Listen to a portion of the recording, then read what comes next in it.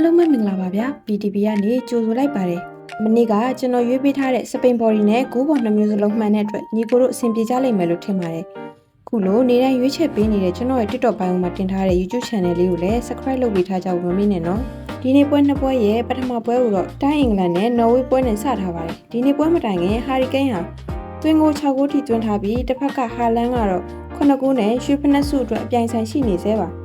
အင်္ဂလန်အသင်းဟာကမ္ဘာဖလားမစခင်ကတည်းကချန်ပီယံဆုအတွက်ရေပန်းစားနေတဲ့အသင်းတွေကတသင်းပြီးပြီးဒီနေ့မှလည်းကွာတာဖိုင်နယ်ထိရောက်ရှိလာခဲ့ပါပြီ။နော်ဝေးတို့ကတော့28နှစ်အကြာမှကမ္ဘာဖလားပြိုင်ပွဲကိုပြန်လည်ရှင်ပြိုင်ဖို့ရခဲ့ပြီးသူတို့အသင်းရဲ့သမိုင်းတစ်လျှောက်ကွာတာဖိုင်နယ်ဆိုတာအခုမှသာပထမဆုံးရောက်ဖူးတာပါ။နောက်ပြီးဘရာဇီးလိုအသင်းကိုအနိုင်ယူပြီးတက်လာတာဖြစ်လို့ကစားသမားစိတ်သက်ပိုင်းဆိုင်ရာမှာတော့အမြင့်ဆုံးဆိုတာထက်ပိုပြီးမြင့်နေကြမှာပါ။ဒီနေ့ပွဲမှာတော့တစ်ဖက်ကကွင်းလယ်ရိုက်စ်နဲ့တိုက်စစ်ဟာရီကိန်းတို့အပြိုင်နော်ဝေးကွင်းလယ်ပိုချုပ်အိုဒီကက်တိုက်စစ်ကအဲလင်းဟာလန်တို့နဲ့အပြိုင်ကျဲကြမဲ့ပွဲမှာဆောက်ရွက်ပေါ်ကကစားသမားနာမည်တွေရ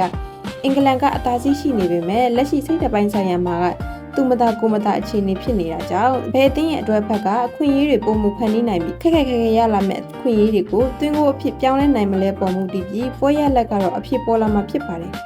ကျွန်တော်ကတော့ဒီပွဲမှာပွဲကစားချိန်မိနစ်60အတွင်း1စီဒါမှမဟုတ်တစ်ဖက်သွင်းကိုတကိုးစီလောက်နဲ့အဆုံးသတ်မယ်လို့မြင်မိတာကြောင့်ကိုပေါင်းကြီး3လုံး50စာအခြေအနေမှာကိုယ့်အတမျိုးတွေကိုပဲရွေးချယ်ပေးထားပါတယ်။နှစ်ဖက်သွင်းကို3ခုသာအမြင့်ဆုံးဖြစ်နိုင်ပြီးအဲ့ထက်မပိုဘူးလို့မြင်ပါတယ်။နောက်တစ်ပွဲကတော့အာဂျင်တိုင်းနဲ့ဆွစ်ဇာလန်ပွဲပါ။အာဂျင်တိုင်းတို့ဟာပြီးခဲ့တဲ့အီဂျစ်နဲ့ကွာတာဖိုင်နယ်အဆင့်မှာအငင်းပွားစရာအခိုက်အတန့်နေတဲ့ဝေဖန်မှုများစွာခံနေရပါတယ်။အီဂျစ်အသင်းကလည်းပွဲကစားချိန်89မိနစ်ထိနှစ်ဂိုးပြည့်နဲ့ရှုံးနေခဲ့ပြီးခန့်ပတ်လာနိုင်ခဲ့တာကြောင့်ဘလို့ဝေဖန်မှုတွေရှိနေပါစေကစားသမားစိတ်သက်ပိုင်းကအမြင့်ဆုံးနေရာမှာရှိနေတာသိကြပါတယ်။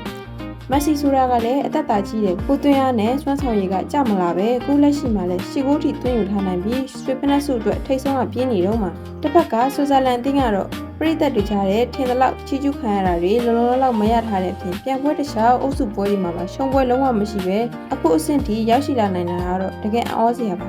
ပြီးခဲ့တဲ့ပွဲမှာလည်းမာကျော်လွန်လာရဲဆိုတဲ့ကိုလံဘီယာအသင်းကိုပေးကိုမရှိတည်ကန်ပြီးပနယ်တီနဲ့အနိုင်ယူပြီးကြောက်ဖြတ်ပြထားပါသေးတယ်။ဒီပြရတာကကွင်းလေယာရှာကာတို့ရဲ့မောင်းနှင်မှုနဲ့အသင်းကြီးဆိုတာတွေကိုပါကောင်းကောင်းဒုက္ခပေးနိုင်တဲ့အသင်းမှာ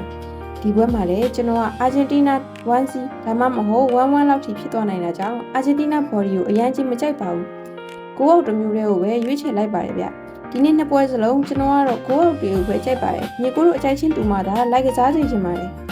ကျွန်တော်ရဲ့ဗီဒီယိုလေးကိုအဆုံးထိကြည့်ပေးသွားတဲ့ညီကိုများအားလုံးကိုကျေးဇူးများတင်ပါတယ်ဗျာနောက်ဗီဒီယိုမှာပြန်တွေ့ကြမယ်နော်